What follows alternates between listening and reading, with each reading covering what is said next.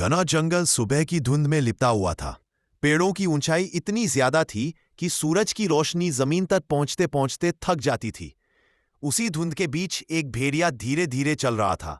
उसके पंजे कांप रहे थे, शरीर दुबला हो चुका था, पसलियां साफ दिखाई देती थीं, लेकिन उसकी आंखों में अब भी एक अजीब सी चमक थी। वह चमक जो सिर्फ उसी में होती है जिसने कई रातें भूखा काटी हो, कई बार मौत को पास से गुजरते देखा हो और फिर भी अगले दिन उठकर चलने का फैसला किया हो। जंगल की हर आवाज उसे सुनाई देती थी। पत्तों की सरसराहट, दूर बहती नदी की हल्की गूंज, किसी पक्षी की अचानक उड़ान, क्योंकि भूख इंद्रियों को तेज कर देती है। हर कदम के साथ उसकी सांस भारी होती जा रही थी, लेकिन वह रुक नहीं रहा था, क्योंकि जंगल में रुकना मतलब पीछे रह जाना, और पीछे रह जाना मतलब खत्म हो जाना। कभी वह इसी जंगल में अपनी टोली के साथ चलता था, तब ये रास्ते इतने लंबे नहीं लगते थे। तब भूख एक दिन की मेहमान होती थी, आज भूख उसकी परछाई बन चुकी थी। दिन ढलता गया, धूप कमजोर होती गई, और भेड़िए के भीतर की ताकत भी।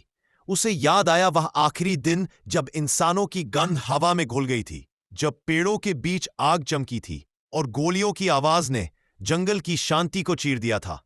उस दिन उसकी टोली बिखर गई थी। कोई पहाड़ियों की तरफ भागा, कोई नदी के पार, और कोई वहीं गिर पड़ा। उसने अपनी साथी को आवाज दी थी, लेकिन जवाब सिर्फ गूंज बनकर लौटा था। उसी दिन से उसने अकेले चलना सीख लिया था। अकेलापन पहले डराता था, फिर आदत बन गया, और अब वही उसकी ताकत था। रात आई, ठंड बढ़ी, आसमान साफ था, तारे चमक रहे थे, लेकिन उनके नीचे चल रहा भेड़िया किसी कहानी का हिस्सा नहीं था। वह हकीकत था, भूख की हकीकत। उसने एक पेड़ के नीचे रुककर सांस ली। शरीर थक चुका था, आंखें बंद करना चाहता था, लेकिन उसने खुद को जगाए रखा, क्योंकि उसने सीखा था, जो सो गया वह शायद फिर उठे ही ना। हवा में शिकार की हल्की गंध आई, बहुत दूर, बहुत कमजोर, लेकिन उम्मीद जगाने के लिए काफी थी। उसने दिशा बदली, कदम धीमे, ध्यान तेज। कई बार रास्ते में कांटे उसके पंजों में चुभे, खून निकला, लेकिन दर्द से ज्यादा उसे इस बात का डर था कि कहीं यह गंध भी दूसरी उम्मीदों की तरह गायब ना हो जाए। घंटों बाद उसे एक झुंड दिखा, हिरणों का झुंड, मजबूत, तेज और सतर्क। भेड़िया जानता था कि इस हालत में हमला करना बेवकूफी होगी। उसने झाड़ियों में छुपकर सिर्फ देखा, क्योंकि कभी कभी देखना भी सीखने का हिस्सा होता है। झुंड आगे बढ़ गया, और भेड़िया फिर अकेला रह गया। भूख बढ़ गई, निराशा भी, लेकिन उसने जंगल को दोष नहीं दिया, क्योंकि जंगल किसी का नहीं होता, वह सिर्फ नियम जानता है। रात और गहरी हुई, बादल आए, हल्की बारिश शुरू हो गई। हर बूंद जैसे उसकी पीठ पर गिरकर पूछ रही हो, कब तक। वह एक चट्टान के नीचे बैठ गया, बारिश में भीगता रहा, और पहली बार उसकी आंखें भारी हुईं। उसे मां की आवाज याद आई, भूख शरीर को कमजोर करती है, पर इरादे को नहीं। जब तक तुम चल सकते हो, तुम जिंदा हो। उसने आंखें खोली, उठने की कोशिश की, पैर लड़खड़ाए, लेकिन वह गिरा नहीं। सुबह हुई, जंगल की आवाज बदली, पक्षियों की चहचहाहट लौटी, और उसी सुबह उसे एक नई गंध मिली, घायल शिकार की। यह गंध अलग होती है, इसमें डर और थकान मिली होती है। उसने पीछा किया, रास्ता कठिन था, चढ़ाई थी, पत्थर थे। कई बार लगा कि ताकत खत्म हो रही है, लेकिन हर बार वो खुद से कहता रहा, बस एक कदम और।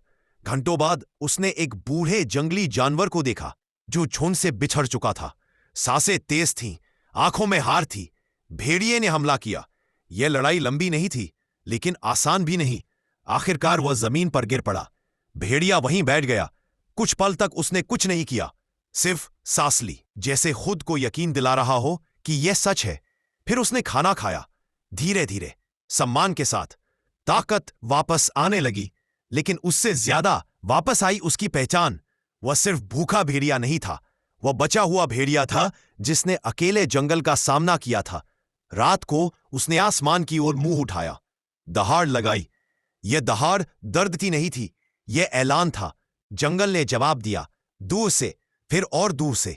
शायद नई आवाजें, शायद पुरानी यादें, लेकिन भेड़िया मुस्कुराया, क्योंकि अब उसे पता था, चाहे वह अकेला हो या किसी टोली का हिस्सा, जब तक वह चलता रहेगा, जब तक वह हार मानने से इनकार करेगा, जंगल उसे मिटा नहीं सकता। और यही कहानी थी उस भूखे भेड़िए की, जो भूख से बड़ा निकला।